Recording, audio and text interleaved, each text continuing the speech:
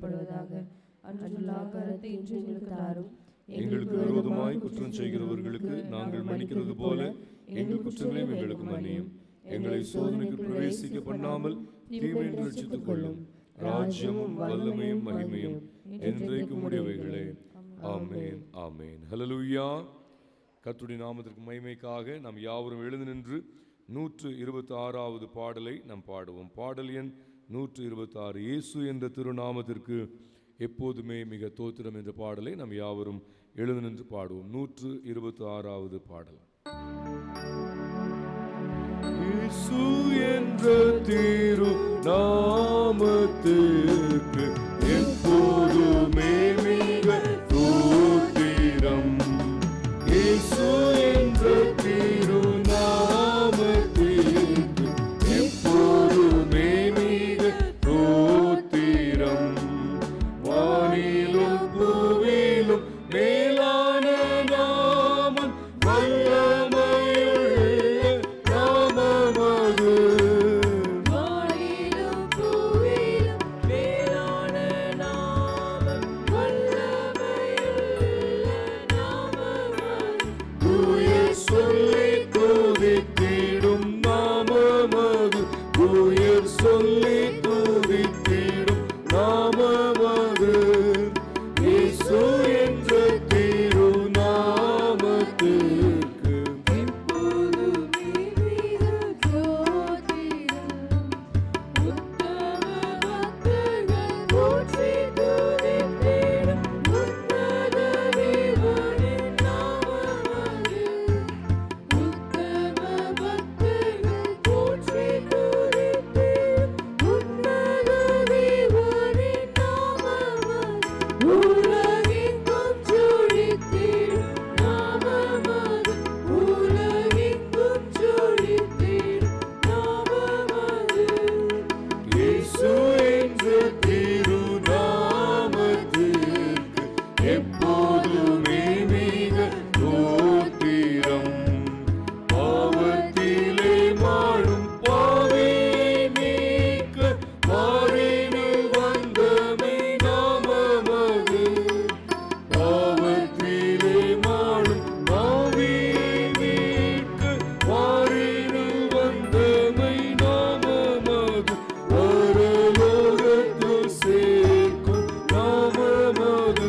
பரலோகத்தில் சேர்க்கும் நாமமது. இயேசு என்ற திருநாமத்திற்கு எப்போதுமே மிக தோத்திரம். சஞ்சலம் வருத்தம் சோதனை நேரத்தில் தாங்கி நடத்திடும் நாமமது. சஞ்சலம் வருத்தம் சோதனை நேரத்தில் தாங்கி நடத்திடும் நாமமது. தடை முற்றும் அகற்றிடும் நாமமது. தடை முற்றும் அகற்றிடும் நாமமது. இயேசு என்ற திருநாமத்திற்கு எப்போதுமே மிக தோத்திரம். வேதாள பாதாளம் யாவையும் சேர்த்த வீரமுள்ள திருநாமமது. வீராளம் பாதாளம் யாவையும் ஜெயித்த வீரமுள்ள திருநாமமது. நாமும் வென்றிடுவோம் இந்த நாமத்திலே. நாமும் வென்றிடுவோம் இந்த நாமத்திலே. இயேசு என்ற திருநாமத்திற்கு எப்போதுமே மிக தோத்திரம். இயேசு என்ற திருநாமத்திற்கு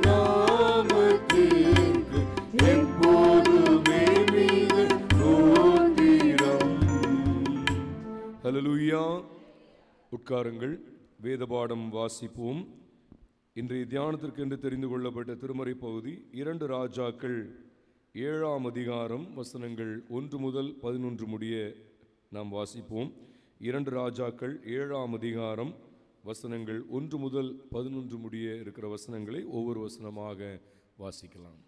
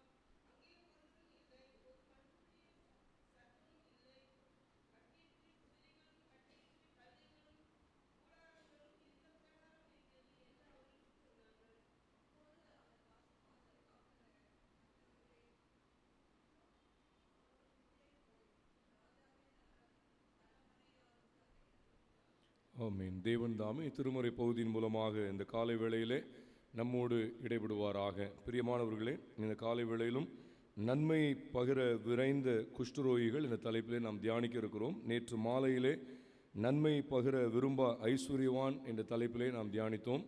இன்று காலையிலே நன்மை பகிர விரைந்த குஷ்டரோகிகள் என்ற தலைப்பிலே நாம் தியானிக்க இருக்கிறோம். நம்மத்தில் இருக்கிற அருமையான மகள் திருமதி ஜெனிஃபர் பெஸ்ல்டன் நம்மை தியானத்திற்குள்ளாக விளைந்ததுவாள். ஜெபசிந்தையோடு இருப்போம். கர்த்தர் தாமே நம்மோடு இந்த காலை வேளையிலே இடைபடுவாராக. ஹல்லேலூயா, ஹல்லேலூயா.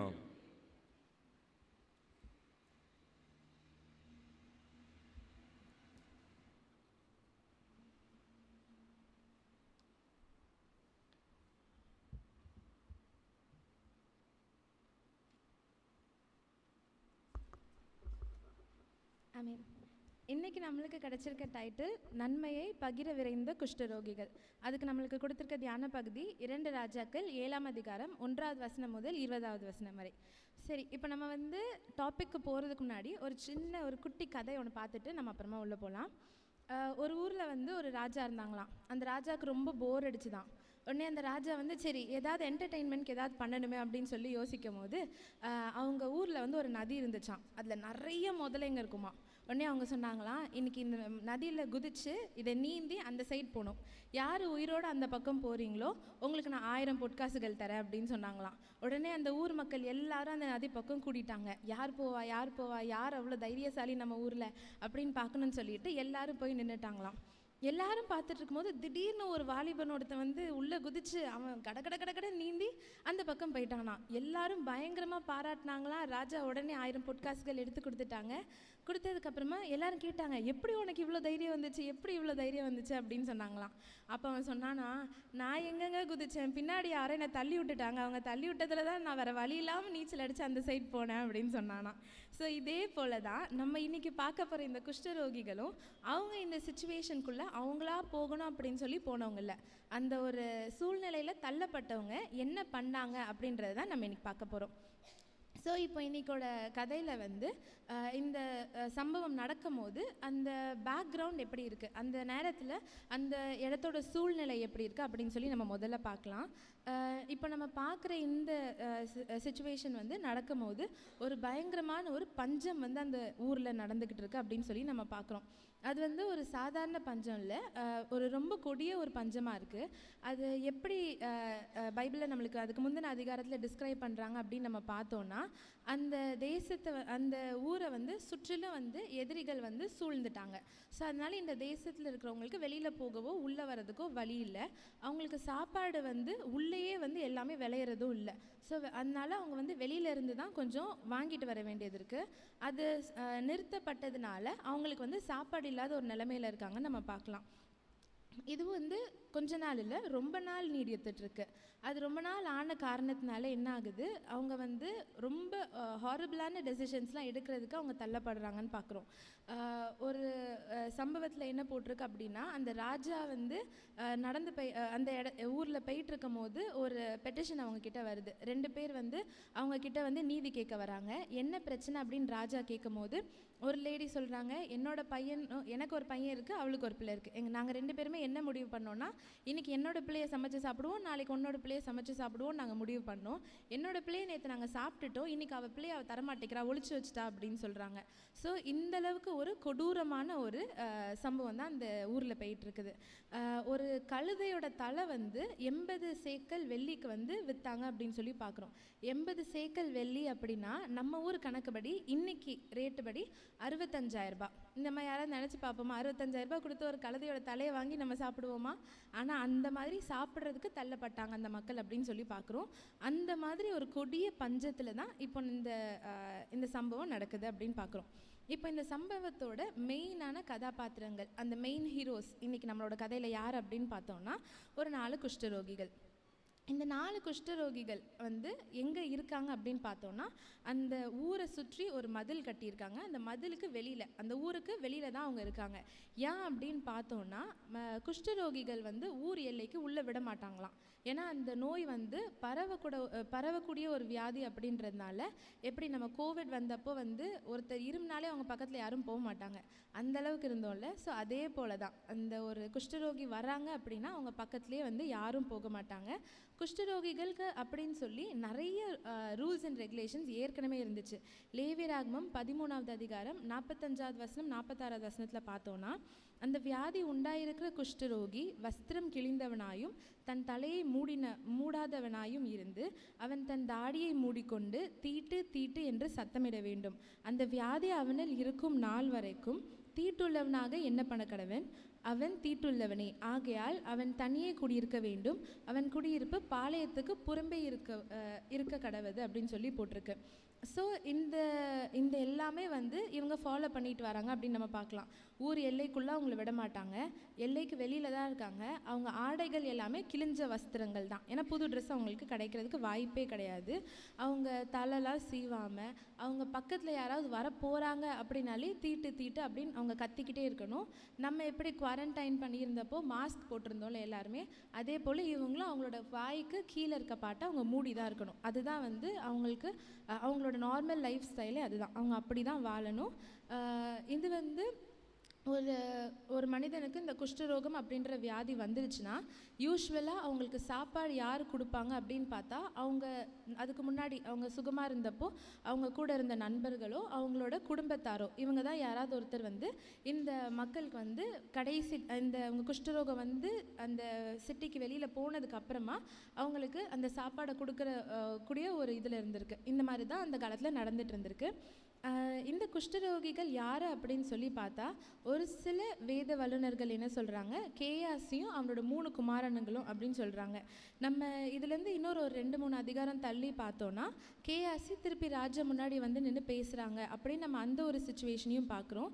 ஸோ மேபி இது ஒரு 2-3 சாய்ஸஸ் இருக்குது. மேபி கேயாசி வந்து இந்த இன்சிடெண்ட் முடிஞ்சதுக்கப்புறமா அவங்க வந்து அந்த குஷ்டரோகம் நீங்கி அவங்க திருப்பி ஊருக்குள்ளே வந்துட்டாங்க. மேபி அது நடந்திருக்கலாம்.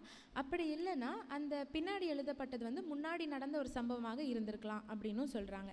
ஆனால் இது கேயாசி தான் அப்படின்னும் தெளிவாக சொல்லப்படலை, கேயாசியாக இருக்கலாம் அப்படின்னு சொல்லி சிலர் சொல்கிறாங்க. ஸோ இப்போ நம்ம வந்து அந்த ஊரில் என்ன நிலைமை இருக்குது அப்படின்னு நம்ம தெரிஞ்சுக்கிட்டோம். அந்த குஷ்டரோகிகளுடைய நிலைமை என்ன அப்படின்றதையும் நம்ம தெரிஞ்சுக்கிட்டோம். இப்போ இந்த குஷ்டரோகிகளுக்கு ஒரு சில டிஃப்ரெண்ட் ஆப்ஷன்ஸ் இருக்குது. என்னென்னலாம் நம்ம பண்ணலாம் அப்படின்னு சொல்லி பார்த்தா ஒரு சில வழிகள் இருக்குது. முதல் இது என்ன அப்படின்னா, அவங்க இருக்கிற இடத்துலையே அவங்க இருந்து அவங்க இறந்து போகலாம். ஏன்னா யாருமே வந்து ஊருக்குள்ளேயே சாப்பாடு இருந்தால் தான் வெளியில் வந்து எல்லாருக்கும் கொடுக்க முடியும். மற்றவர்களுக்கு இல்லாதவர்களுக்கு பகிர்ந்து கொள்வது அப்படின்றது நம்மக்கிட்ட நிறையா இருந்தால் நம்ம கொடுக்க முடியும். நம்மளுக்கே ஒன்றும் இல்லைன்றப்போ யாரும் வந்து கொடுக்க மாட்டாங்க. ஸோ அவங்களுக்கு வெளியில் சாப்பாடு கிடைக்கிறதுக்கு வாய்ப்பு இல்லை. அதனால் அவங்க அங்கேயே இருந்தாங்கன்னா அவங்க அங்கேயே இருந்து சாப்பாடு இல்லாமல் அவங்க இறந்து போகிறது ஒரு ஆப்ஷன். இன்னொரு ஆப்ஷன், அவங்க வந்து சிட்டிக்குள்ளே போகலாம், அந்த பட்டணத்துக்குள்ளே போகலாம். ஆனால் உள்ளே போனாலும் அவங்களுக்கு எதுவும் கிடைக்கிறதுக்கு வாய்ப்பு இல்லை. அங்கே இருக்கிறவங்க அவங்கள கிட்டே நெருங்க விட மாட்டாங்க, சாப்பாடும் கிடைக்காது, அவங்க அப்படின்னாலும் இறந்து போவாங்க. மூணாவது அவங்களுக்கு இருக்கிற ஆப்ஷன் என்னென்னா, அவங்க வந்து எதிரிகள் இருக்கிற அந்த கேம்புக்கு போகலாம். அந்த கேம்புக்கு போனால் அங்கே 2 ஆப்ஷன்ஸ் இருக்குது. ஒன்று, அந்த எதிரிகள் வந்து அவங்களுக்கு வந்து சாப்பாடு கொடுத்து அவங்கள வந்து பிழைச்சி போங்க அப்படின்னு சொல்லி உயிரோடு இருக்க விடலாம். அப்படி இல்லைன்னா எதிரிகள் வந்து நீ எதிரி படையில் இதுலேருந்து வரியா அப்படின்னு சொல்லி அவங்கள கொன்று போடலாம். ஸோ இந்த 4 ஆப்ஷன்ஸ் அவங்களுக்கு இருக்குது. இப்போ இந்த 4ல் நம்ம பார்த்தோம் அப்படின்னா த மோஸ்ட் லீஸ்ட் லைக்லி அப்படின்னு நம்ம பார்த்தோன்னா எது நடக்கிறதுக்கு வாய்ப்பே இல்லை அப்படின்னு நம்ம பார்த்தோன்னா, ஒரு எதிரி படைக்கு ஒரு குஷ்டரோகி போகும்போது அவனுக்கு சாப்பாடு கொடுத்து உயிரோடு இருக்க விடுறது தான் இருக்கிறதுலையே கம்மி சான்ஸ். ஏன்னா அது எந்த ஒரு எதிரி படைக்காரனும் செய்ய மாட்டாங்க. யாருமே வந்து நீங்கள் வாங்க நான் உங்களுக்கு சாப்பாடு கொடுக்குறேன்னு சாதா ஆட்களுக்கே கொடுக்க மாட்டாங்க, ஒரு குஷ்டரோகிக்கு கண்டிப்பாக கொடுக்க மாட்டாங்க. ஆனால் இந்த மக்கள், இந்த குஷ்டரோகிகள் வந்து என்ன பண்ணுறாங்க, இது நடக்காது அப்படின்னு தெரிஞ்சும் நடந்தால் நம்மளுக்கு வந்து லாபம், நடக்கலைனாலும் என்ன ஆக போகுது, நம்ம இறந்து தானே போக போகிறோம் அப்படின்னு சொல்லி அதை வந்து அவங்க ரொம்ப ஒரு சாதாரணமாக அவங்க அதை எடுத்துக்கிட்டு ஒரு சின்ன ஒரு விசுவாசம், ஓகே நடந்தால் நம்மளுக்கு லாபம் தானே அப்படின்ற மாதிரி அவங்க போகிறாங்க அப்படின்னு சொல்லி நம்ம பார்க்குறோம். அவங்களுக்கு வந்து 2 ஆப்ஷன் இருந்துச்சு, அவங்க சும்மா இருந்திருக்கலாம், இல்லைனா அவங்க செயல்பட்டிருக்கலாம். நம்ம இங்கே பார்க்குறது படி அவங்க என்ன பண்ணுறாங்க, அவங்க செயல்படுறவங்களா இருக்காங்கன்னு நம்ம பார்க்குறோம். 2 தீமோத்தேயு 1:7 நம்ம பார்த்தோம் அப்படின்னா, தேவன் நமக்கு பயமுள்ள ஆவியை கொடாமல் பலமும் அன்பும் தெளிந்த புத்தியுமுள்ள ஆவியை கொடுத்திருக்கிறார் அப்படின்னு சொல்லி பார்க்குறோம். அந்த நேரத்தில் நீங்கள் நினச்சி பாருங்கள், அவங்களுக்கு ஏற்கனவே குஷ்டரோகம் இருக்குது. ஸோ அவங்களுக்கு உடம்புல எல்லா வித வலியும் அவங்களுக்கு ஏற்கனவே இருந்திருக்கும். அது கூட சேர்த்து பசியும் ஆட் பண்ணிக்கோங்க. அவங்களுக்கு சாப்பாடும் கிடைக்கல, ரொம்ப நாளாக சாப்பாடு இல்லை. அவ்வளோ இருந்தும் அந்த நேரத்துலேயும் அவங்க வந்து தெளிவாக ஸ்ட்ராட்டஜிக்காக யோசித்து ஒரு 4 கோர்ஸ் போடுறாங்க. இதெல்லாம் நடக்கலாம், இப்படிலாம் நடக்கலாம், அதில் நம்ம இது போகலாம் அப்படின்னு சொல்லி யோசிக்கிறாங்க. நம்மளை இருந்தால் எனக்குலாம் வந்து பசிச்சிருச்சுனாலே நான் ரொம்ப டயர்ட் ஆயிடுவேன். எனக்கு அந்த ஸ்நாக்ஸ் எதாவது சாப்பிட்றது வரைக்கும் எனக்கு அடுத்த வேலை நடக்காது.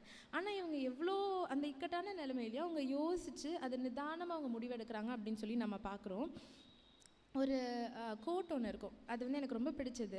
When faith becomes your habit, miracles become your life style அப்படின்னு சொல்லுவாங்க. விசுவாசிக்கிறது வந்து உங்களுக்கு வந்து அது நீங்கள் அடிக்கடி செய்கிற ஒரு காரியமாக இருந்துச்சு அப்படின்னா, அற்புதங்கள் அப்படின்றது அது வந்து உங்களுக்கு வந்து அதிசயமாக எப்போமாவது ஒரு வாட்டி நடக்கிறதில்ல, வாழ்க்கையில் அதுவும் அனுதினமும் உங்களுக்கு நடக்கிற ஒரு நிகழ்வாக இருக்கும் அப்படின்னு சொல்லுவாங்க.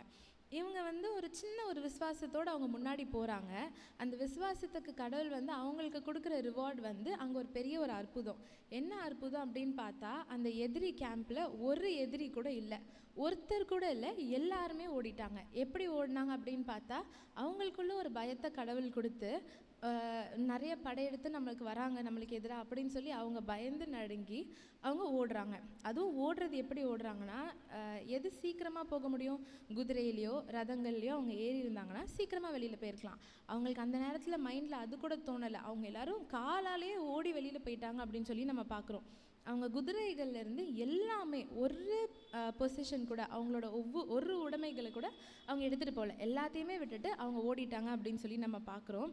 இதை பார்த்த உடனே நம்ம குஷ்டரோகிகளுக்கு எப்படி இருக்கும் அப்படின்னு சொல்லி கொஞ்சம் யோசிச்சு பார்க்கணும்.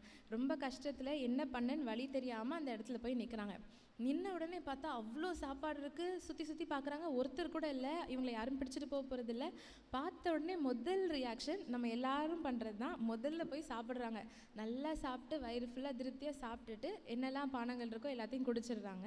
குடிச்சிட்டு அடுத்த கோர்ஸ் ஆஃப் ஆக்ஷன் அவங்க யோசிக்கிறாங்க. அடுத்தது என்ன பண்ணணும் அப்படின்னா, இவங்கெல்லாம் குஷ்டரோகிகள், இவங்களுக்கு வந்து வேலை செய்து சம்பாதிக்கிறதுக்கு திராணி கிடையாது, அவங்களுக்கு முடியாது, கிடைக்கவும் கிடைக்காது. உடனே அவங்க அடுத்தது என்ன பண்ணுறாங்க அப்படின்னா, வெள்ளியும் பொண்ணும் அந்த எல்லாத்தையும் எடுத்துகிட்டு போய் கொஞ்சம் ஒளிச்சு வச்சுக்கிறாங்க. அதுக்கப்புறமா அவங்க இன்னொன்று பண்ணுறாங்க, என்னென்னா ட்ரெஸ் எல்லாம் எடுத்துகிட்டு போய் அவங்க ஒளிச்சு வைக்கிறாங்க. எதுக்குடா வஸ்திரங்களெல்லாம் எடுத்துகிட்டு போகிறாங்க அப்படின்னு சொல்லி நான் ஃபஸ்ட்டு யோசிச்சுட்டு இருந்தேன். ஓகே, சாப்பாடு சாப்பிட்டாங்க, சரி, கோல்டு சில்வர்லாம் எடுத்து வச்சாங்க, சரி, எதுக்கு வஸ்திரங்கள் அப்படின்னு யோசிச்சா அப்புறம் தான் எனக்கு ஸ்ட்ரைக் ஆச்சு. ஏன்னா குஷ்டரோகிகள் அப்படின்னு சொல்லி நம்ம பார்க்குறோம், அவங்க வந்து ஊருக்குள்ளேயே போக முடியாது, அவங்க போட்டிருக்க துணிகள் எல்லாமே கிழிஞ்ச ஆடைகள். ஏன்னா அவங்களுக்கு வந்து புதுசாக வஸ்திரங்கள் அந்த காலத்தில் வந்து இப்போ நம்மளுக்கு எடுக்கிற அளவுக்கு வந்து அவங்களுக்கு வந்து அவ்வளோ மாஸ் ப்ரொடக்ஷன்லாம் க்ளோத்ஸ் கிடையாது. ஸோ துணிகள்லாம் வந்து கையில் தான் தச்சு நெஞ்சு, அது ஒரு பெரிய ப்ராசஸ். ஸோ அப்படின்றப்போ யாருமே வந்து வெளியில் இருக்கவங்களுக்கு கொடுக்கணும் அப்படின்னு சொல்லி போய் கொடுத்துருக்க மாட்டாங்க. அப்படியே கொடுத்தா அது ரொம்ப பழசானது தான் கொடுத்துருப்பாங்க. அதனால தான் இந்த குஷ்டரோகிகள்லாம் கிழிந்த ஆடைகள் போட்டிருந்தாங்கன்னு நம்ம பார்க்குறோம். ஸோ புது ட்ரெஸ் எல்லாம் பார்த்த உடனே இதுதான் நம்மளுக்கு சான்ஸ், இப்போ விட்டால் நம்மளுக்கு புது ட்ரெஸ்ஸே கிடைக்காது அப்படின்னு சொல்லி அதையும் அவங்க வந்து எடுத்துகிட்டு போய் வச்சுட்டாங்கன்னு பார்க்குறோம். ஸோ இவங்க முதல்ல அவங்க பண்ணுற எல்லாமே வந்து அவங்கள பற்றி, அவங்க வந்து ரொம்ப செல்ஃபிஷாக ஃபஸ்ட்டு அவங்கள பற்றி மட்டும்தான் யோசிக்கிறாங்க. எப்படி அவங்களோட பசியை நிரப்புறது, அவங்களுக்கு ஃப்யூச்சர் தேவைக்கு எப்படி சேர்த்து வைக்கிறது, அவங்களுக்கு ட்ரெஸ்ஸுக்கு என்ன பண்ணலாம் அப்படின்னு சொல்லி தான் யோசிக்கிறாங்க. ஆனால் இதெல்லாம் பண்ணி முடித்ததுக்கப்புறமா அவங்களுக்கு வந்து ஒன்று ஸ்ட்ரைக் ஆகுது. என்னென்னா, இப்போ இவங்க அங்கே போகிறாங்கல்ல, அவங்க போனது வந்து ஈவினிங் டைம், ஒரு சாயங்கால நேரத்தில் அவங்க போகிறாங்க. ஸோ சாயங்கால நேரத்தில் போனாங்க, இருட்டோடு இந்த எல்லா வேலையும் அவங்க முடிச்சுட்டாங்க. இப்போது விடிஞ்ச உடனே என்ன ஆகும், கண்டிப்பாக வந்து மதிலில் நிற்கிற அந்த சோல்ஜர்ஸ், அந்த போர் வீரர்கள்லாம் படை வீரர்கள்லாம் பார்ப்பாங்க. பார்த்த உடனே கண்டிப்பாக தெரியும் எதிரி கேம்பில் யாருமே இல்லை, காலியாக இருக்குன்ட்டு. அவங்க கண்டுபிடிச்சி வரும்போது இந்த குஷ்டரோகிகளுக்கு தெரிஞ்சிருக்கு அப்படின்னு அவங்களுக்கு தெரிஞ்சதுன்னா இவங்க வந்து அவ்வளோதான், இவங்களை வந்து அவங்க சும்மா விட மாட்டாங்க, இவங்களுக்கு பெரிய தண்டனை கிடைக்கும் அப்படின்னு சொல்லி இவங்களுக்கு தெரிஞ்சிருது. உடனே இவங்க என்ன பண்ணுறாங்க, சரி எதுக்கு நம்மளுக்கு தண்டனைலாம் வர்றது வரைக்கும் நம்ம வெயிட் பண்ணணும், இப்போமே நம்ம போய் சொல்லிடுவோம், நம்ம வந்து நம்மளை காப்பாற்றிக்கலாம் அப்படின்னு சொல்லி இவங்க பண்ணுறாங்க. இது நம்ம யாருக்கு கம்பேர் பண்ணி பார்க்கலாம் அப்படின்னு சொன்னால், எஸ்தர் 4ஆம் அதிகாரம் 14வது வசனத்தில் நம்ம பார்க்குறோம்ல, நீ இந்த காலத்திலே மௌனமாக இருந்தால் யூதருக்கு சகாயமும் இரட்சிப்பும் வேறொரு இடத்திலிருந்து எழும்பும், அப்பொழுது நீயும் உன் தகப்பன் குடும்பத்தாரும் அழிவீர்கள். நீ இப்படிப்பட்ட காலத்துக்கு உதவியாக இருக்கும்படி உனக்கு ராஜ்ய மேன்மை கிடைத்திருக்கலாமே, யாருக்கு தெரியும் என்று சொல்ல சொன்னான்.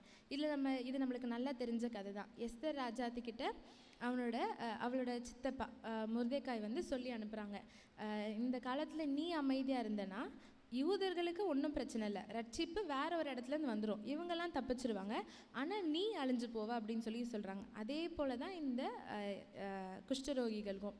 அவங்க இந்த நேரத்தில் சும்மா இருந்தாங்க அப்படின்னா மக்களுக்கு கண்டிப்பாக அடுத்த நாள் இது தெரிய தான் போகுது. ஆனால் இவங்களுக்கு தெரிஞ்சு இவங்க சொல்லாமல் இருந்தாங்கன்னு தெரிஞ்சிருந்துச்சுன்னா இவங்க வந்து பெரிய பிரச்சனையில் போய் மாட்டுவாங்க. ஸோ அதனால் இவங்க என்ன பண்ணிடுறாங்க, உடனே போய் அங்கே வந்து அந்த மதில் சுவரில் நிற்கிறவங்கள கூப்பிட்டு சொல்கிறாங்க, இந்த மாதிரி சாப்பாடு நிறையா இருக்குது, எல்லாருமே போயிட்டாங்க, எல்லாமே அவைலபிளாக இருக்குது, வாங்க அப்படின்னு சொல்கிறாங்க. சொன்ன உடனே அது ஃபர்ஸ்ட் ரியாக்ஷன் அங்கே என்ன அப்படின்னு பார்த்தா, யாருமே இவங்களை நம்பலை. யார் நம்பலை அப்படின்னு பார்த்தோன்னா, குஷ்டரோகம் அப்படின்றது அந்த காலத்தில் அவங்க அதை எப்படி கன்சிடர் பண்ணாங்க அப்படின்னா, கடவுள் வந்து ஒருத்தவங்க மேலே ரொம்ப கோபமாக இருந்து உனக்கு இந்த தண்டனை போ அப்படின்னு சொல்லி கொடுக்குற தண்டனை தான் குஷ்டரோகம். ஏன்னா அதுலேருந்து மீண்டு வந்தது ரொம்ப கம்மி பேர். இப்போவுமே வந்து லெப்ரசி அழிந்து அழிக்கணும் அப்படின்னு சொல்லி ரொம்ப ஸ்டெப் எடுத்த ரீசன் என்னென்னா, அதை க்யூர் பண்ண முடியல, அதனால தான் அதை வந்து ப்ரிவென்ட் பண்ண ஆரம்பித்தாங்க. ஸோ அந்த நேரத்தில் குஷ்டரோகிகள் வந்து கடவுளால் சபிக்கப்பட்ட ஒரு கூட்டம் அப்படின்னு சொல்லி தான் ஜனங்களுக்குள்ளே வந்து ஒரு ஜென்ரலான ஒரு தாட்டே. அதனால் எந்த மக்களும் குஷ்டரோகிகளோட வார்த்தையை நம்பவே மாட்டாங்க. அதே போல் ஆனால் இந்த ராஜாவுக்கு வந்து முந்த நாளே தெரியும் இந்த மாதிரி வந்து ஒரே நாளில் எல்லாமே சரியாக போகுதுன்னு. ஏன்னா அவங்களுக்கு வந்து தீர்க்கதரிசிக்கிட்டேருந்து வார்த்தை வருது. ஆனால் இந்த ராஜா எப்படிப்பட்டவர் அப்படின்னா, அவர் வந்து கடவுள் பயம் இல்லாத ஒரு மனுஷர்னு நம்ம பார்க்குறோம். ஏன்னா அவர் வந்து கடவுள்கிட்டேருந்து வார்த்தை வந்து கூட அவர் வந்து அதை நம்பவே இல்லை. அப்போது கடவுள் வந்து நம்மளுக்கு முன்னாடி நாளே சொல்லிட்டாங்க எல்லாமே சரியாக போகுது அப்படின்னு. அடுத்த நாள் சில குஷ்டரோகிகள் பார்த்துட்டு வந்தும் சொல்கிறாங்க சரியாயிடுச்சு அப்படின்னு. அப்போது ஒரு உண்மையான ஒரு கடவுள் பயமுள்ள ஒரு மனுஷன் என்ன பண்ணியிருப்பான், எல்லாம் சரியாயிடுச்சு, எல்லாம் வாங்க போய் எடுத்துகிட்டு வரலாம் அப்படின்னு சொல்லி கூட்டிகிட்டு போயிருப்பான். ஆனால் அந்த ராஜாவுக்கு அந்த பயம் இல்லை, அந்த நம்பிக்கை இல்லை அப்படின்றதுனால அந்த ராஜா அதை கண்டுக்காமல் அதை வந்து அவங்க கன்சிடரே பண்ணலை அப்படின்னு சொல்லி நம்ம பார்க்குறோம். உடனே அவங்க கூட இருக்கிற ஒருத்தர் சொல்கிறாரு, நீங்கள் வந்து இப்படி கன்சிடர் பண்ணாமல் இருக்காதீங்க, நம்மக்கிட்ட எவ்வளோ இருக்குது அப்படின்னு நம்ம பார்த்தோன்னா 5 குதிரை தான் அந்த டைமில் அவங்கக்கிட்ட இருந்திருக்கு.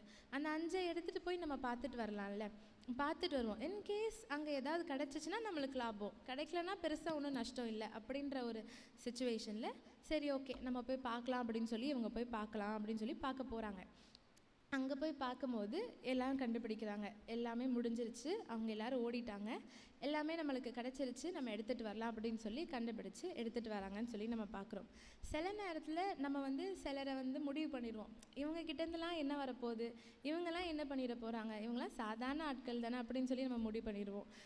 சங்கீதம் 118வது அதிகாரம் 22வது வசனத்தில் நம்ம பார்த்தோம் அப்படின்னா, வீடு கட்டுகிறவர்கள் ஆகாதென்று தள்ளின கல்லே மூளைக்கு தலைக்கல் ஆயிற்று அப்படின்னு சொல்லி நம்ம பார்க்குறோம். அந்த கார்னர் ஸ்டோன் அப்படின்றது ஒரு பில்டிங்கில் ரொம்ப முக்கியமான ஒன்று. அது என்னது, இந்த கல் தேவையில்லை அப்படின்னு சொல்லி தூக்கி போட்டது தான் கார்னர் ஸ்டோனாகவே வந்து நின்றுச்சான். அதே போல் சில நேரத்தில் இந்த குஷ்டரோகிகள் கிட்டேருந்துலாம் என்ன வரப்போகுது, இவங்களுக்குலாம் என்ன தெரியும், நம்ம வீட்டில் வேலை பார்க்குறவங்க தானே, அவங்க என்ன சொல்லிட போகிறாங்க அப்படின்னு நம்ம சில நேரத்தில் நம்ம கீழே வேலை பார்க்குறவங்க இப்போ தானே சேர்ந்தாங்க, இவங்களுக்குலாம் என்ன தெரியும் அப்படின்னு சொல்லி நம்ம நிறைய நேரத்தில் நம்மளோட இவ்வளோ சின்ன வயசுக்காரங்க அவங்கெல்லாம் சொல்கிறதுனால நம்மளுக்கு என்ன ஆக போகுது, நம்மளுக்கு எவ்வளோ எக்ஸ்பீரியன்ஸ் இருக்குது அப்படின்னு சொல்லி நம்ம நிறையா நினைக்கலாம். ஆனால் அந்த மாதிரிலாம் நம்ம நினைக்கிறோம் அப்படின்னா நிறையா மூமெண்ட்ஸ் நம்ம லைஃப்பில் வந்து நம்ம மிஸ் பண்ணுறவங்களா இருக்கலாம். எல்லாருக்குமே நம்மளுக்கு வந்து சொல்கிறதுக்கு ஏதாவது ஒரு விஷயம் தெரிஞ்சிருக்கும். அவங்க வந்து நம்மளோட சின்னவங்களாக இருக்கலாம், ரேங்க்கில் குறைஞ்சவங்களாக இருக்கலாம், எவ்வளவோ அவங்க எப்படிப்பட்ட ஒரு சுச்சுவேஷன்லேருந்து வந்தவங்கனாலும் அவங்கக்கிட்டேருந்து கூட நம்மளுக்கு கற்றுக்கிறதுக்கு ஒன்று இருக்கும்.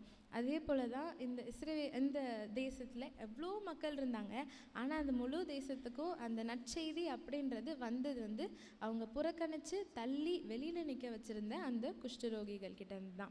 1 கொரிந்தியர் 1வது அதிகாரம் 27வது வசனத்தில் நம்ம பார்த்தோம் அப்படின்னா, ஞானிகளை வெட்கப்படுத்தும்படி தேவன் உலகத்தில் பைத்தியமானவைகளை தெரிந்து கொண்டார், பலமுள்ளவைகளை வெட்கப்படுத்தும்படிக்கு தேவன் உலகத்தில் பலவீனமானவைகளை தெரிந்து கொண்டார் அப்படின்னு சொல்லி போட்டிருக்கு. நம்ம நினைக்கலாம் நம்ம தான் எல்லா எல்லாத்துலேயுமே பெஸ்ட்டு, நம்ம தான் எல்லாத்துலேயுமே முதல்ல நிற்போம் அப்படின்னு நினைக்கலாம். ஆனால் நம்ம வந்து கடவுளுக்கு பிரியமாக இல்லை அப்படின்னா நம்மளை ஏசப்பா யூஸ் பண்ணணும்னு எந்த ஒரு கம்பல்ஷனும் கிடையாது. அழகாக வேறு யார் எடுத்துனாலும் அவங்க வந்து என்னன்னாலுமே பண்ணலாம். ஸோ ஒரு பலவீனமான ஒருத்தர், ஒரு பைத்தியமாக உலகத்துக்கு தெரிகிற ஒருத்தரை எடுத்து கூட அவங்க வந்து அவங்கள வணைஞ்சு அவங்கள வந்து அவங்களுக்கு தேவையான விதத்தில் அவங்க யூஸ் பண்ணிட்டு போகலாம். நம்ம வந்து ஏசாயா 55வது அதிகாரம் 8வது வசனத்தில் பார்க்குறோம்ல, என் நினைவுகள் உங்கள் நினைவுகள் அல்ல, உங்கள் வழிகள் என் வழிகளும் அல்லவென்று கர்த்தர் சொல்லுகிறார். நம்ம யோசிக்கலாம், இப்படி தான் பண்ணணும், இப்படி தான் பிளான் பண்ணணும் அப்படின்னு சொல்லி நம்ம நிறைய பிளான் போடுவோம். ஆனால் நம்ம நினைக்கிறது வந்து எதுவுமே கிடையாது. அவங்க ஒரு பிளான் வச்சுருப்பாங்க, அந்த பிளான் படி நம்ம நடந்து போனோம் அப்படின்னா எல்லாமே நம்மளுக்கு கரெக்டாக வரும்.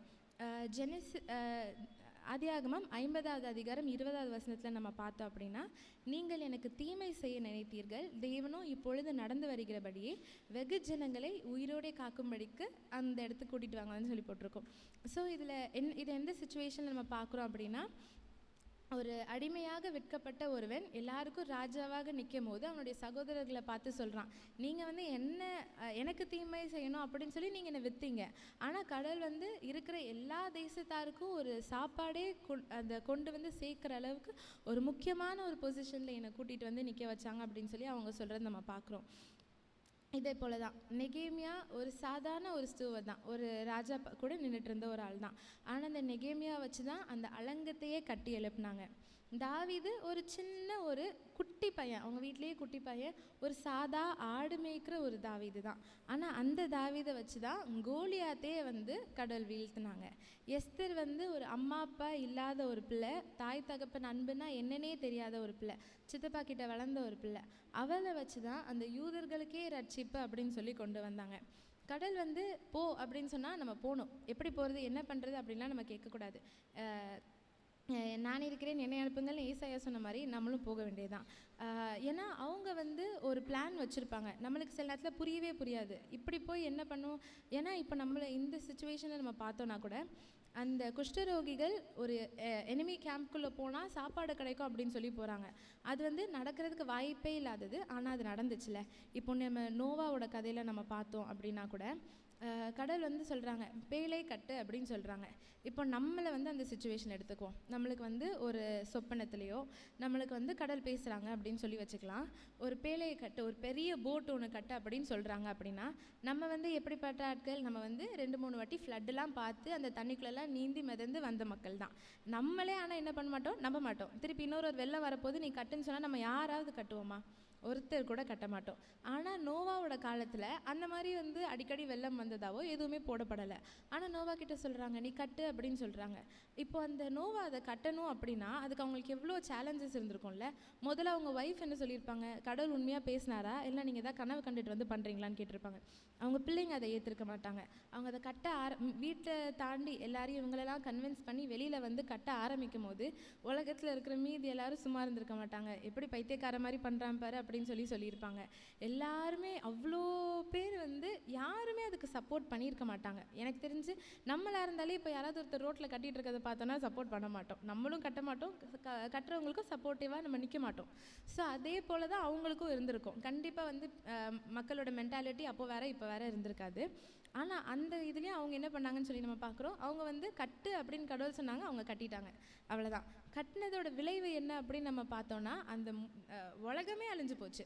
நோவாவோட குடும்பத்தை தவிர அந்த பேழைக்குள்ளே இருந்த அந்த அனிமல்ஸ் தவிர மீதி எல்லாருமே அழிஞ்சு போயிட்டாங்க. அதுக்கப்புறமா அந்த உலகத்தில் இருக்கிற மீதி எல்லா மனுஷங்களுக்கும் அந்த ஆரிஜின் பாயிண்ட், அந்த ஸ்டார்டிங் பாயிண்ட் வந்து நோவாவோட குடும்பம் தான் அப்படின்னு சொல்லி பார்க்குறோம். இவ்வளோ பெரிய ஒரு பாக்கியம் கிடைச்சது நோவாக்கு எதுக்குனால, அவங்களோட கீழ்ப்படினால. அந்த ஒரு வசனம் ஒன்று இருக்கும், ரொம்ப அழகாக இருக்கும். நோவா அப்படியே செய்தான், தேவன் தனக்கு கட்டளையிட்டபடி எல்லாம் செய்து முடித்தான் அப்படின்னு சொல்லி போட்டிருக்கோம். ஒரு இடத்துல கூட நோவா வந்து நவுலலை, கடவுள் என்னென்னலாம் சொன்னாங்களோ அப்படியே எல்லாத்தையும் செஞ்சாங்கன்னு சொல்லி நம்ம பார்க்குறோம். ஆபிரகாம் நம்ம எடுத்துக்கிட்டோம் அப்படின்னா அவங்க இருக்கிற தேசத்தில் அவங்க நல்ல ஒரு வெல் செட்டில்டு ஃபேமிலி, நல்லா வந்து கடவுள் அவங்களுக்கு எல்லாமே இருக்குது, ஒரு நல்ல ஒரு குடும்பத்தில் இருந்து தான் இருக்காங்க. ஆனால் கடவுள் என்ன சொல்கிறாங்க, நீ இங்கேருந்து கிளம்பு, வேறு ஒரு தேசத்துக்கு போ. அந்த தேசம் வந்து இவங்க கேள்விப்படாத ஒரு தேசம், ரொம்ப தூர தேசம்.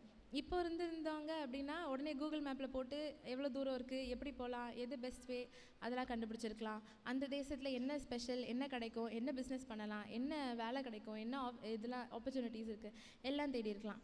ஆனால் அந்த காலத்தில் நோவாக்கு ஆபிரகாமுக்கு பார்த்தீங்கன்னா அதெல்லாம் ஆப்ஷனே கிடையாது. அது எங்கன்னே தெரியாத ஒரு இடம், அதை பற்றி ஐடியாவே கிடையாது. போ அப்படின்னு சொன்ன உடனே அவங்க குடும்பத்தோடு அவங்க கிளம்பி போகிறாங்கன்னு சொல்லி பார்க்குறோம். அவங்க கிளம்பி அன்றைக்கி போகலை அப்படின்னா அந்த கானான் தேசம் அப்படின்றது, இப்போ அது வந்து எப்படி கானான் தேசம் அப்படின்றது, அந்த தேசமே வந்து ஆபிரகாமோட சந்ததிகளுக்கு அப்படின்னு சொல்லி இப்போ நம்ம சொல்கிறோம்ல, அந்த ஒரு இதுவே இருந்திருக்காது. அந்த ஒரு அவ்வளோ பெரிய ஒரு ஸ்லாக்கியத்தை அவங்க இழந்திருப்பாங்க. ஆபிரகாம் அப்படின்னு ஒருத்தர் வாழ்ந்தது நம்ம யாருக்குமே தெரியறதுக்கு வாய்ப்பு இல்லை. ஸோ கடவுள் சொன்னதை கேட்டு அவங்க போனதுனால அவ்வளோ பெரிய ஒரு ஆசீர்வாதம் அவங்களோட வாழ்க்கையில் வந்துச்சுன்னு நம்ம சொல்லி பார்க்குறோம். இது அப்போஸ்தலர் நடபடிகள் 4வது அதிகாரம் 20வது வசனத்தில் நம்ம பார்த்தோம் அப்படின்னா, நாங்கள் கண்டவைகளையும் கேட்டவைகளையும் பேசாமல் இருக்கக்கூடாதே என்றார்கள். இதில் வந்து நம்ம பார்க்குறோம், நம்ம கேட்டது, நம்ம என்னதெல்லாம் பார்த்துருக்கோம், நம்ம ருசித்தது எதையுமே நம்ம மற்றவங்களுக்கு சொல்லாமல் இருக்கக்கூடாது அப்படின்னு சொல்லி இந்த வேதத்தில் நம்ம பார்க்குறோம். நம்ம கிறிஸ்டியானிட்டி, நம்ம கிறிஸ்டின்ஸ் எல்லாம் எடுத்தோம் அப்படின்னா 98% மக்கள், இப்போ ரீசெண்டாக எடுத்த ஒரு ஸ்டடி படி 98% மக்கள் வந்து 100ல் 98 பேர் வந்து சுவிசேஷத்தை வெளியில் யாருக்குமே சொல்ல மாட்டாங்களாம். 100ல் 2 பேர் தான் மற்றவங்களுக்கு சுவிசேஷத்தை அறிவிக்கிற ஒரு கூட்டமாக இருக்காங்க. அதே மாதிரி 51% வந்து அந்த கிரேட் கமிஷன் என்னன்னே தெரியாமல் இருக்காங்க. நம்ம எல்லாருக்கும் கண்டிப்பாக தெரியும், ஏன்னா நம்மளோட ஈசையோட அந்த மெயின் மோட்டோவே அதுதான். நம்ம பாட்டு புக் எடுத்து ஃபர்ஸ்ட் பேஜ் திருப்பினீங்கன்னா நம்மளோட லோகோ இருக்கும்ல, அதில் என்ன போட்டிருக்கோம் யாருக்கா தெரியுமா? ஞாபகம் இருக்கா? கோ ப்ரீச் பேப்டைஸ் டீச் அப்படின்னு போட்டிருக்கோம். மத்தேயு 28வது அதிகாரம் கடைசி வசனங்களில் இருக்கும். நீங்கள் போய் எல்லாருக்கும் வந்து சுவிசேஷத்தை சொல்லி எல்லாருக்கும் ஞானஸ்நானம் கொடுங்க. அந்த வேர்ஸ் தான் வந்து நம்மளோட மெயின் வேர்ஸே. அதுதான் நம்மளோட பேராயரோட மெயின் இறுதி மூச்சு வரைக்கும் அவங்களுக்கு அதுதான் ஓடிட்டு இருந்தது. அதுதான் நம்ம எல்லாருமே கேட்டு வளர்ந்துருக்கோம். ஸோ அதை நம்ம எத்தனை பேர் பண்ணுறோம்? நம்ம போய் மற்றவங்களுக்கு சுவிசேஷத்தை சொல்லி அவங்க எல்லாரையும் வந்து கடவுள்கிட்ட கூட்டிகிட்டு வரணும் அப்படின்றது ஆப்ஷனலே கிடையாது. அது வந்து மேண்டேட்ரி. ஆஸ் அ கிறிஸ்டின் நம்ம எல்லாருமே அதை பண்ணணும். ஆனால் நம்ம பண்ணுறோமா அப்படின்னு சொல்லி யோசிச்சு பார்க்கணும். இன்னொரு அழகான ஒரு கோட் இருந்துச்சு. டிடி நைல்ஸ் அப்படின்னு ஒருத்தவங்க சொன்னது, evangelism is just one beggar telling another beggar where to find bread அப்படின்னு. சுவிசேஷம் அப்படின்றது என்னென்னா, ஒரு பிச்சைக்காரன் போய் இன்னொரு பிச்சைக்காரனுக்கு சாப்பாடு எங்கே கிடைக்குதுன்னு சொல்கிறது தான் சுவிசேஷம் அப்படின்னு சொன்னாங்க. இதை விட ஈஸியாக அதை சொல்லவே முடியாதுல்ல. நம்ம கண்டோம், நம்ம ருசித்தோம், கடவுள் நம்மளுக்கு என்னெல்லாம் பண்ணாங்கன்னு சொல்லி நம்ம பார்க்குறோம். அதை நம்ம போய் மற்றவங்களுக்கு சொன்னோமா அப்படின்னா அது வந்து ஒரு குவெஸ்டன் மார்க். நிறைய பேர் சொல்லியிருக்க மாட்டோம், ஒரு சிலர் சொல்லியிருப்போம். நம்ம சொல்லாதவங்களா இருந்தோம் அப்படின்னா கடவுள் கண்டிப்பாக நம்மளை கணக்கு கேட்பாங்க. ஏன்னா நம்ம இந்த உலகத்தில் ஒரு கிறிஸ்தவர்களாக பிறந்து நம்ம வாழ்கிறதுக்கு இது வந்து நம்ம அது கூட பண்ணலைன்னா அப்புறம் நம்ம இருந்ததில் ஒரு பிரயோஜனமே கிடையாது. நம்ம சுவிசேஷம் சொல்கிறது, நம்ம மற்றவங்களை கடவுள்கிட்ட கூட்டிகிட்டு வர்றது ரொம்ப கஷ்டம்லாம் கிடையாது. ரொம்ப சிம்பிள். நீங்கள் செய்கிற சின்ன சின்ன ஆக்ஷன்ஸில் கூட வந்து அது வந்து மக்களை வந்து கூட்டிகிட்டு வரும். இப்போ என்னோடய காலேஜில் என்னோடய டேபிளில் நான் ஒரு கேலண்டர் ஒன்று வச்சுருப்பேன். ஒரு சின்ன டேபிள் கேலண்டர் தான். அது வந்து எங்கள் சர்ச்சில் கொடுத்தது. ஸோ அது ஃபுல்லாகவே வந்து நான் நோட் பண்ணி வச்சுருப்பேன், என்னெல்லாம் அந்த மந்த் எனக்கு பண்ணணும் அப்படின்னு சொல்லி. ஆனால் வர ஸ்டூடெண்ட்ஸ் எல்லாம் அதை பார்த்துட்டு, நீங்கள் எந்த சர்ச் போகிறீங்க, நானும் வரேன் அப்படின்னு சொல்லிட்டு என் கிளாஸ் பிள்ளைங்க இப்போ 4-5 பேர் அந்த சர்ச்சுக்கு வர ஆரம்பிச்சிருக்காங்க. வந்து சர்ச் முடிஞ்சோடனே என்னை சர்வீஸ் முடிச்சு கண்டுபிடிச்சி வந்து பேசலாம் செய்வாங்க. ஸோ நம்ம வந்து வாயை திறந்து கூட நான் சொல்லலை. என் கிளாஸில் நான் நார்மலாக போய் டீச் பண்ணிட்டு வந்துடுவேன். சர்ச்சுக்கு வாங்க அப்படின்றதுலாம் நம்ம ஒரு காலேஜ் சுச்சுவேஷனில் நம்ம பாடம் எடுக்கும் போதெல்லாம் சொல்லித்தர முடியாது.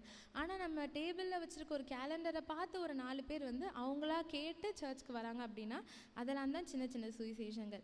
சில நேரத்தில் சிலர் வந்து சொல்லுவாங்க, நிறையா கஷ்டங்கள்லாம் சொல்லுவாங்க. நான் காலேஜ் படிக்கும் போது எனக்கு கிளாஸ் எடுத்த மேம் ஒருத்தவங்க என்கிட்ட சொல்லியிருக்காங்க, இதெல்லாம் இருக்குது எனக்காக நீ ப்ரே பண்ணு அப்படின்னு சொல்லி. ஏன் சொல்கிறாங்க? ஏன்னா இவங்க நம்மளை பற்றி வெளியில் சொல்ல மாட்டாங்க, நம்மளுக்காக ஜெபம் பண்ணுவாங்க அப்படின்னு சொல்லி. நான் வந்து எனக்கும் அந்த மேம்க்கும் குறைஞ்சது 40 வருஷம் டிஃப்ரென்ஸ் இருந்திருக்கும். ஆனால் அவங்கள நான் வந்து சரி நீங்கள் கண்ணை மூடுங்க நம்ம ஜோம் பண்ணலாம் அப்படின்னு சொல்லி ஜோம் பண்ணியிருக்கேன். சின்ன சின்ன விஷயங்கள் தான். நம்ம வந்து எப்படி நம்மளோட லைஃப் இருக்குது அப்படின்றத பார்த்து நம்ம வந்து வாயை திறந்து ரொம்ப பெருசாக சொல்லலைனாலும், இப்போ நம்ம கிறிஸ்டின்ஸ் அப்படின்னு நம்மளை சொல்லிக்கிறோம். கிறிஸ்டின்ஸ் அப்படின்னு சொல்லி இந்த பேர் நம்மளுக்கு எங்கேருந்து வந்துச்சுன்னா, ஃபாலோவர்ஸ் ஆஃப் கிரைஸ்ட். இவங்க வந்து கிறிஸ்துவை பின்பற்றவங்க அப்படின்னு சொல்லி தான் கிறிஸ்டின்ஸ் அப்படின்ற பேரே நம்மளுக்கு வந்துச்சு. இந்த பேரை வந்து வச்ச டைமில் அந்த ரீசன்னால் வச்சாங்க. இப்போ நம்மளை பார்த்து யாராவது இவங்கெல்லாம் ஃபாலோவர்ஸ் ஆஃப் கிரைஸ்ட் அதனால் இவங்க கிறிஸ்டின்ஸ் நம்மளுக்கு பேர் வைப்பாங்களா அப்படின்னு சொல்லி நம்ம கொஞ்சம் யோசிச்சு பார்க்கணும். ஏன்னா நம்மள நிறைய பேரோட வாழ்க்கை வந்து ஏசுப்பா என்னெல்லாம் பண்ணாங்களோ அதை நம்ம ஃபாலோ பண்ணி பண்ணுறோமா, நம்ம அதன்படி தான் நடக்கிறோமா அப்படின்னா அதுவே முதல்ல ஒரு கேள்விக்குறியாக இருக்குது. ஸோ நம்ம வந்து முதல்ல நம்ம தான் வந்து நம்மளை வந்து நம்ம முதல்ல நிதானித்து அறியணும். நம்ம வாழ்க்கை சரியாக தான் வாழ்கிறோமா, நம்மளோட ரிலேஷன்ஷிப் கடவுள் கூட கரெக்டாக இருக்குதா, அதுக்கடுத்தது நம்ம ருசிச்ச இந்த இதை நம்ம மற்றவர்களுக்கு சொல்கிறவங்களா இருக்கோமா, இல்லைனா இன்னமும் வந்து நம்ம வந்து யாருக்குமே எதுவுமே ஷேர் பண்ணாமல் நம்மளே வந்து அதை வச்சுருக்கோமா அப்படின்னு சொல்லி நம்ம பார்க்கணும்.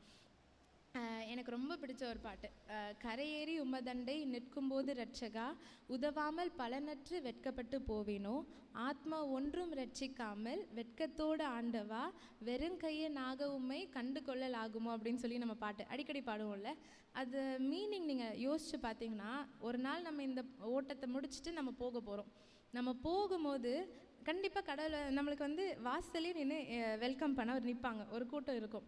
அப்போ நம்ம போகும்போது தனியாக போய் நான் வந்துட்டு ஏசப்பா அப்படின்னு சொல்லி நிற்போமா, இல்லைன்னா நம்மளுக்கு வேதத்தில் போட்டிருக்கு தெரியுமா, நம்ம வந்து என்னெல்லாம் நம்ம இங்கே ஊழியம் பண்ணுறோமோ அது நம்ம கூடயே அங்கே வரும்.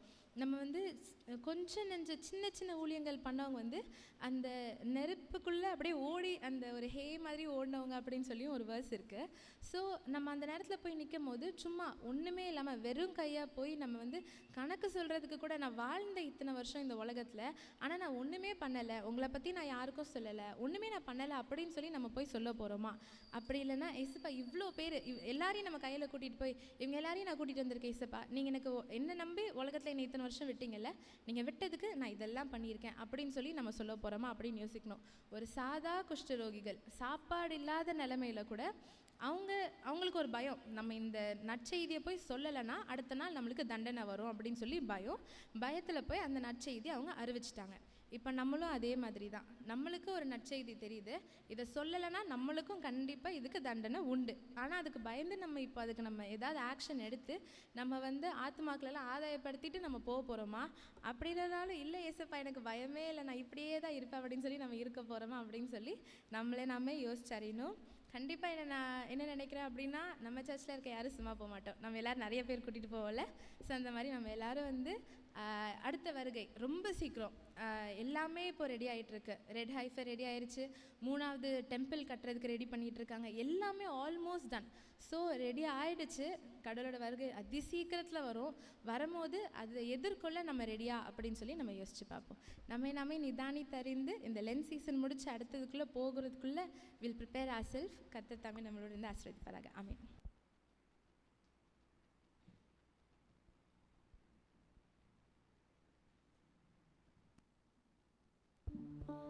ஹல்லேலூயா, ஹல்லேலூயா. இந்த காலை வேளையிலும் நம்ம தியானத்துக்குள்ளாக வழிநடத்தின அருமையான மகளுக்காக ஆண்டவரை ஸ்தோத்திரிக்கிறேன். கர்த்தர் தாமே தொடர்ந்து தம்முடைய நாமத்திற்கு மகிமைக்காக எடுத்து பயன்படுத்துவாராக. பிரியமானவர்களே, இந்த லெந்து நாட்களின் ஒருவேளை அதிகாலை ஆராதனையின் இறுதி நாளிலே நாம் இருக்கின்றோம். எல்லாருக்கும் பல்வேறு விதங்களில் ஒரு பெருமூச்சு விடுற ஒரு எதுக்கு நிறைய பேர் பெருமூச்சு விடுறீங்க? எதுக்கு? சில பேர் ஒருவேளை அதிகாலையில் எழுந்து வருவதற்கு கஷ்டப்பட்டவங்களுக்கு ஒரு பெருமூச்சு இருக்கலாம். ஆனால் எல்லாவற்றை விட ஒரு பெருமூச்சு இன்னையோட தியானம். எத்தனை பேர் தியான போட்டியில் பங்கேற்றீங்க? கை வைத்த மாட்டாங்க, கண்ணுச்சிடக்கூடாதுன்னு, அது வேறு பிரச்சனையாக இருக்குது. இதுவரை எத்தனை தியானங்கள்? 44 42 தியானங்கள் இல்லை, 42 தியானங்கள். ஒரு தியான போட்டியில் பங்கேற்றவர்கள் நேற்று கடைசி தியானம் அனுப்பும்போதே சில பேர் அனுப்புனாங்க, ஓட்டத்தை ஜெயத்தோடு முடித்திருக்கிறேன் அப்படின்ட்டு. உண்மைதான். ஆரம்பத்தில் துவங்கினவர்கள் ஒரு சிலரால் ஏதோ ஒரு சூழ்நிலையினால் அதை தொடர முடியலை. ஆனால் அநேகர் அதை தொடர்ந்து ஜெயமாக முடித்து ஒரு நிம்மதி பெருமூச்சு எடுக்கும்படியாக கர்த்தர் உதவி செய்திருக்கிறார். ஆமென், ஹல்லேலூயா. ஆகவே தியானத்தில் பங்கேற்ற அனைவருக்கும் நன்றியை தெரிவித்துக் கொள்கிறேன். குறிப்பாக ஒவ்வொரு நாளும் அதிகாலை ஆராதனையிலே பங்கேற்று கர்த்தருடைய நாமத்தை மகிமைப்படுத்தின அனைவருக்கும் நன்றியை தெரிவித்துக் கொள்கிறேன். கர்த்தர் உங்களை ஆசீர்வதிப்பாராக. பொறுத்துணையோடு அநேக எதிர்பார்ப்புகளோடு வந்திருக்கலாம். ஆண்டவர் கட்டாயம் உங்களுடைய பொருத்தனைகளை அங்கீகரிக்கின்றார். உங்களுடைய எதிர்பார்ப்புகளை ஆண்டவர் கட்டாயம் நிறைவேற்றுவார். கர்த்தரிடத்திலே கட்டாயம் பலன் உண்டு. ஆண்டவர் ஒருபோதும் நம்மை வெறுங்கையாக அனுப்புகிற தேவன் அல்ல. ஆண்டவருக்கென்று நாம் ஒரு தியாகத்தை மேற்கொள்ளும் பொழுது ஆண்டவர் சொல்லுகிறார், என்னை கனப்படுத்துகிறவர்களை நான் கனப்படுத்துவேன். ஹல்லேலூயா. ஆகவே கர்த்தரால் கனப்படுத்தப்படுவீர்கள் என்பது நிச்சயம். உண்மையாகவே இதற்கேற்ற பலன் கட்டாயம் உண்டு. தியான போட்டிகளை பங்கேற்றவர்களும் இதற்கேற்ற பலனை பெற்றுக்கொள்வீர்கள் என்று நான் நம்புகின்றேன். ஆண்டவர் அந்த கிருபையை கட்டாயம் கொடுப்பார். அது மாத்திரமல்ல, ஒவ்வொரு நாளும் அதிகாலை ஆராதனையிலே பங்கேற்று இசைக்கருவிகளை வாசித்தவர்கள், ஒவ்வொரு நாளும் பாடகர் குழுவிலே இருந்து கர்த்தருடைய நாமத்தை மகிமைப்படுத்தினவர்கள், ஒலிபெருக்கி சாதனங்களை அமைத்தவர்கள், இன்னும் லைவ் சரியாக நிகழும்படியாக நமக்கு ஒத்துழைப்பு கொடுத்த கர்த்தருடைய பிள்ளைகள், இன்னும் பல்வேறு விதங்களிலே ஸ்நாக்ஸ் இன்னும் டீ நாம் பெற்றுக்கொள்வதற்காக அதை சரியான முறையில் ஒழுங்குபடுத்தி கொடுத்த அனைவருக்கும் நன்றியை தெரிவித்துக் கொள்கிறேன். அனைவருடைய நேரடியான இன்னும் மறைமுகமான ஈடுபாடுகள் தான் இந்த நாட்கள் வெற்றிகரமாக கர்த்தருடைய நாமத்திற்கு மகிமைக்காக நம் ஒவ்வொருவருக்கும் ஆசீர்வாதமாக அமையும்படியாக கர்த்தர் உதவி செய்திருக்கிறார். ஹல்லேலூயா. ஒவ்வொரு நாளும் தியானத்திற்குள்ளாக வழிநடத்தின கர்த்தருடைய பிள்ளைகளுக்காகவும் ஆண்டவரை ஸ்தோத்திரிக்கிறேன். உண்மையாகவே இந்த நாட்கள் நம் ஒவ்வொருவருடைய வாழ்க்கையிலும் மகிழ்ச்சிகரமான பயனுள்ள நாட்களாக கர்த்தர் அமைத்து கொடுத்திருக்கிறார். அதிகாலையிலே கர்த்தருடைய பாதத்தில் வந்து அமர்வதே நாம் பெற்றுக்கொள்கின்ற ஒரு மிகப்பெரிய பாக்கியம். ஆமேன். உன்னதமான தேவன் நமக்கு உன்னத அனுபவங்களை தொடர்ந்து கொடுப்பார் என்பதில் எந்தவித சந்தேகமும் இல்லை. கர்த்தர் தாமே நம்முடைய வாழ்க்கையிலே தீர்மானித்திருக்கிற ஒவ்வொரு நன்மையையும் விசேஷித்த விதமாக நம்முடைய வாழ்க்கையிலே கொடுத்து நம்மை மகிழ்விப்பாராக, நம்மை மேன்மைப்படுத்துவாராக. தொடர்ந்து தெய்வ பலன் நம்மோடு இருந்து வழிநடத்தட்டும். ஆகவே இதோடு லெந்து நாட்கள் முடியவில்லை. லெந்து நாட்களின் அதிகாலை தியானங்கள் தான் முடிவடைந்திருக்கிறது. இன்னும் ஒரு வாரம் இருக்கிறது. அதை ஒவ்வொரு வருடமும் ஞாபகப்படுத்த வேண்டிய ஒரு கட்டாயத்தில் இருக்கிறோம். ஏனென்றால் அதிகாலையில் வந்து பங்கேற்கிறோம். அடுத்த நாள் பரிசுத்த வார ஆராதனைகள், அதில் பங்கேற்பதும் நம்முடைய கடமை. ஒருவேளை அதில் ஒரு தியான போட்டி இல்லை, ஆனால் கர்த்தருடைய பாதத்தில் நாம் வந்து அமருவது நாம் பெற்றுக்கொள்கின்ற ஒரு பாக்கியம். ஆகவே லெந்து நாட்களிலே இன்னும் பரிசுத்த வாரத்தில் நடைபெற இருக்கிற மாலை ஆராதனைகளிலே நீங்கள் பங்கேற்கும்படியாக உங்களை கேட்டுக்கொள்கிறேன். குறிப்பாக திங்கள், செவ்வாய், புதன் ஆகிய 3 தினங்களும் சுவிசேஷகர் ஜேகர் ஜெஃபர்சன் என்னும் கர்த்தருடைய ஊழியர் அவர்கள் கலந்து கொண்டு கர்த்தருடைய வார்த்தையை பகிர்ந்து கொள்ள இருக்கிறார்கள். விசேஷித்த அபிஷேகத்தோடு கர்த்தருடைய வார்த்தையை பகிர்ந்து கொள்கிறவர்கள். ஆகவே ஜெபசிந்தையோடு இந்த நாட்களை நீங்கள் பங்கேற்று பயன்படுத்தி கொள்ளும்படியாக உங்களை கேட்டுக்கொள்கின்றேன். இன்னும் நாளைய தினத்திலே காலை 7 மணிக்கு குருத்தோலை பவனி துவங்கும். ஆகவே ஏற்ற சமயத்திற்கு முன்பதாகவே நீங்கள் வந்து கலந்து கொள்ளும்படியாக உங்களை கேட்டுக்கொள்கிறேன். இன்று மாலையிலே குருத்தோலைகளை பின்னி இன்னும் ஆலயத்தை அலங்காரம் செய்வது, இன்னும் சிலுவை வடிவிலே குருத்தோலைகளை பின்னுவது, இந்த பணிகளெல்லாம் நாம் மேற்கொள்ள வேண்டும். அது உற்சாகமாக இந்த பணிகளிலே உங்களை ஈடுபடுத்திக் கொள்ளும்படியாக உங்களை கேட்டுக்கொள்கிறேன். உயிர்த்தெழுந்த பண்டிகை தினத்தன்று பூ அலங்காரம் செய்வதுண்டு. ஆகவே அதற்காக இன்னும் உங்களுடைய பங்களிப்பை கொடுக்கவில்லை என்றால் நாளை தினத்தில் வரும் பொழுது லீதியா ஐக்கியத்தின் பொறுப்பாளர் அவர்களிடம் உங்களுடைய காணிக்கைகளை கொடுக்கும்படியாக உங்களை தாழ்மையோடு கேட்டுக்கொள்கிறேன். ஆக உற்சாகமாக தொடர்ந்து இந்த நாட்களிலே கர்த்தருடைய பாதத்திலே நாம் வந்து கர்த்தரை சேவிப்போம். மெய்யான பலன்களை கர்த்தர் கொடுத்து நம்மை மேன்மைப்படுத்துவார் என்பதிலே எந்தவித சந்தேகமில்லை. அவ்விதமான கிருபைகளை தேவன் தாமே நமக்கு கொடுப்பாராக. ஹல்லேலூயா. கர்த்தருடைய நாமத்திற்கு மகிமைக்காக நாம் யாவரும் எழுந்து நின்று 379வது பாடலை நாம் பாடுவோம். பாடல் எண் 379. கரையேறி உமதண்டை நிற்கும்போது இரட்சகா, உதவாமல் பலனற்று வெட்கப்பட்டு போவேனோ என்ற பாடலை நாம் யாவரும் எழுந்து நின்று பாடுவோம். 379வது பாடல். கரையேறி உமதண்டை நிற்கும்போது இரட்சகா,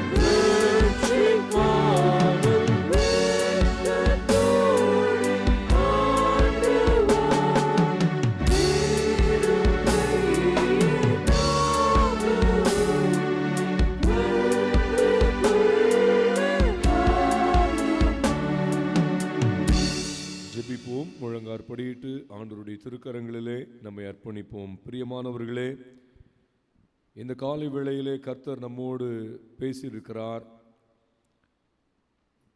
நன்மை பகிர விரைந்த குஷ்டரோகிகள். நன்மை பகிர விரும்பா ஐஸ்வர்யவானை குறித்து தியானித்தோம். இன்றைக்கு நன்மை பகிர விரைந்த குஷ்டரோகிகள். பிரியமானவர்களே, நாம் எப்படி இருக்கிறோம்? நன்மை செய்ய திராணி இருக்கும் பொழுது அதை செய்யத்தக்கவர்களுக்கு செய்யாமல் இராதே என்று ஆண்டவர் சொல்கிறார்.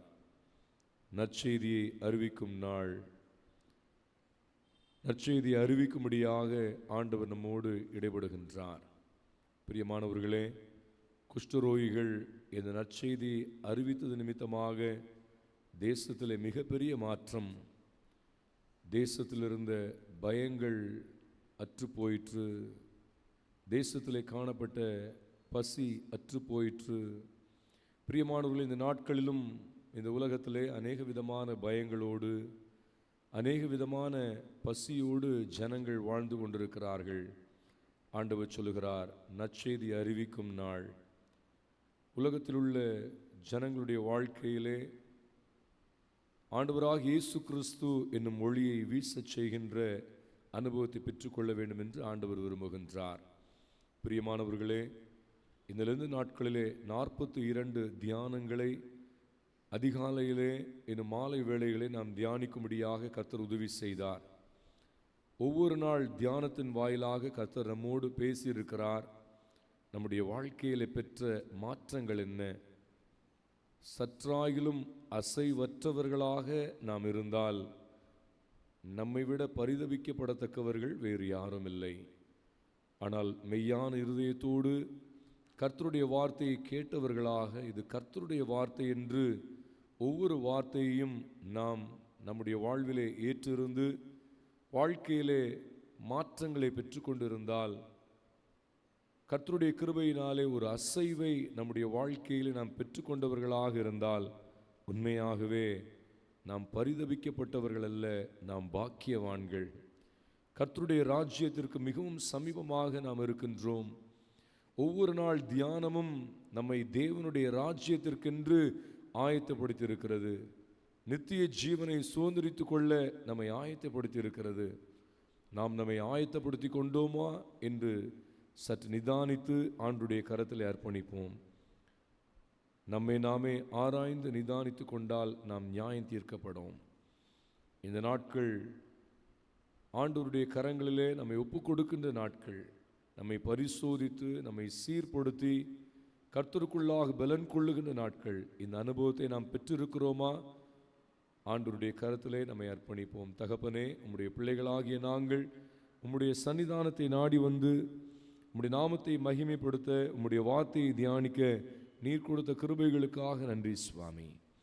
தகப்பனே, நன்மை பகிர விரைந்த குஷ்டரோகிகளை நாங்கள் தியானித்தோம்.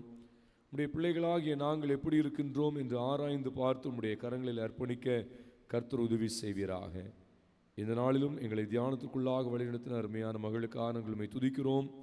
கர்த்தர் தொடர்ந்து தகப்பனே உம்முடைய மகளை ஆசீர்வதித்து உம்முடைய மகளை பலப்படுத்தி இன்னும் அநேகருக்கு ஆசீர்வாதமாக எடுத்து பயன்படுத்தி அருள வேண்டுமா நாங்கள் ஜெபிக்கிறோம்.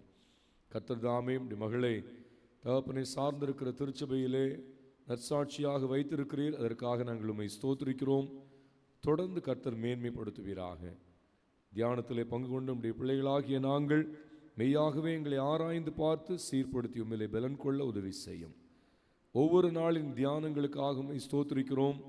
தகப்பனே, அதிகாலை ஆராதனைகளிலே உற்சாகமாக பங்கேற்ற உம்முடைய பிள்ளைகளுக்காக உம்மை துதிக்கிறோம்.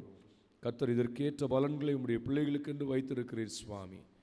அதிகாலை ஆராதனையிலே பல்வேறு விதங்களிலே ஒத்துழைப்பு கொடுத்த உம்முடைய பிள்ளைகளுக்காக நாங்கள் உம்மை ஸ்தோத்திரிக்கிறோம்.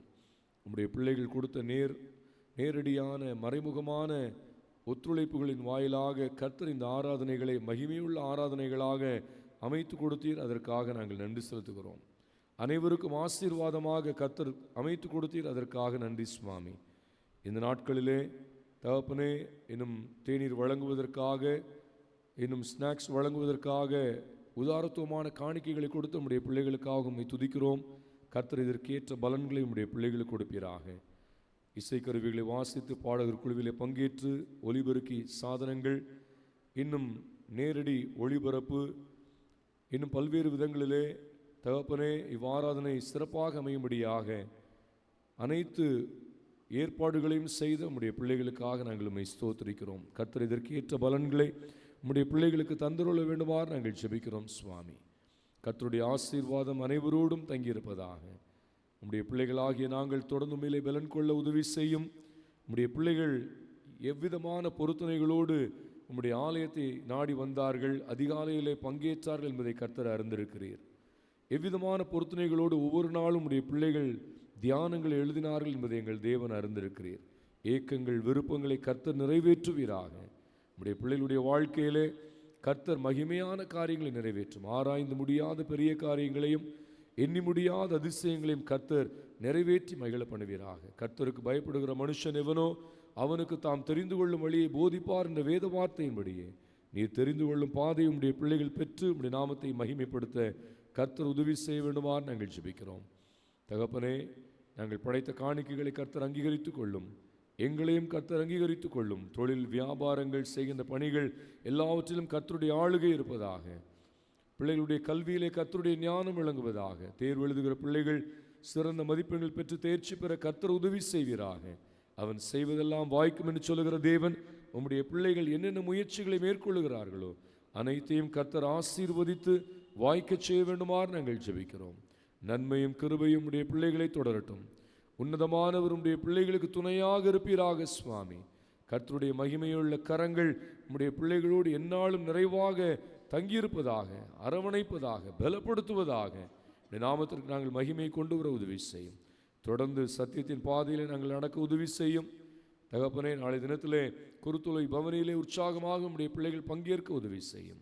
ஒவ்வொரு நாளும் பரிசுத்த வார ஆராதனைகளிலும் உம்முடைய பிள்ளைகள் பங்கேற்க உதவி செய்யும்.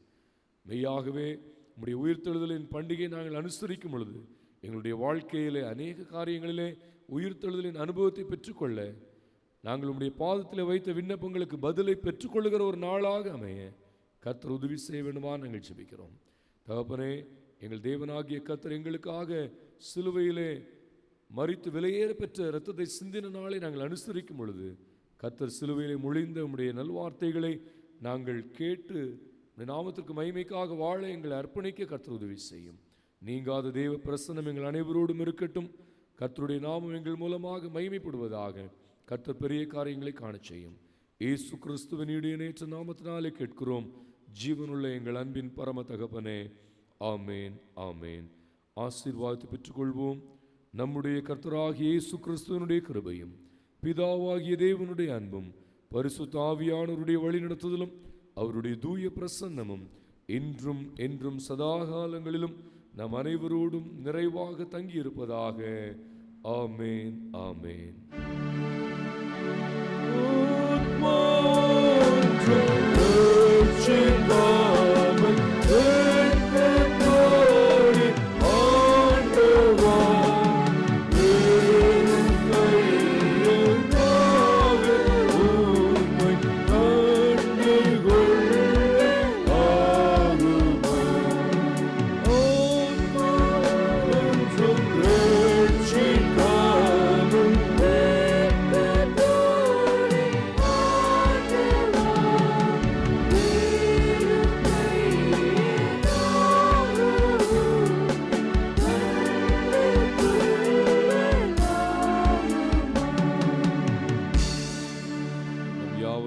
கர்த்தரை ஸ்தோத்திரிப்போம். என் ஆத்துமாவே கர்த்தரை ஸ்தோத்திரி, என் முழு உள்ளமே அவருடைய பரிசுத்த நாமத்தை ஸ்தோத்திரி.